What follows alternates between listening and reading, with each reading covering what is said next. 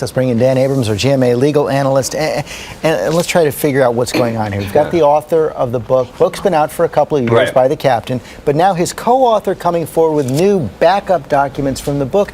What would the threshold be for reopening a 30-year-old case? Yeah, pretty low for the authorities to simply say, we're going to take another look here. I think all they would need is some piece of evidence which would lead them to just examine it one more time. Because all they're saying for now is, we're taking another look, not pointing any fingers, not saying we have suspects, not changing the conclusion that this was an accident. So presumably they go to Robert Wagner, Christopher Walken, also on the boat, and say, what happened? They don't change their story. Well, I mean, it's hard to believe that 30 years later they're going to say, oh, you know what? Actually, here's an incredible revelation that I haven't mentioned for 30 years. I don't think that that's going to happen. And because you're talking about a boat, you're talking about a limited number of people, a limited number of witnesses. It's hard to figure out what this sort of new documentation could be. I mean, could there be that someone said something that's never been reported?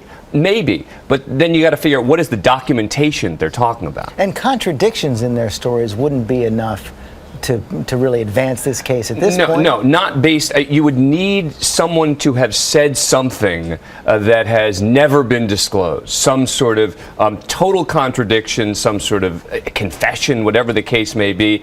It seems hard to believe, but look, the fact that the authorities are saying we are reopening, they're holding a press. And they're putting detectives on the case. That's right. They're holding a press conference today. They're not going to do that with absolutely nothing. So they've obviously got something, even though the threshold may be low. Well, cannot wait to hear what it is. Okay, Dan Abrams, thanks very much.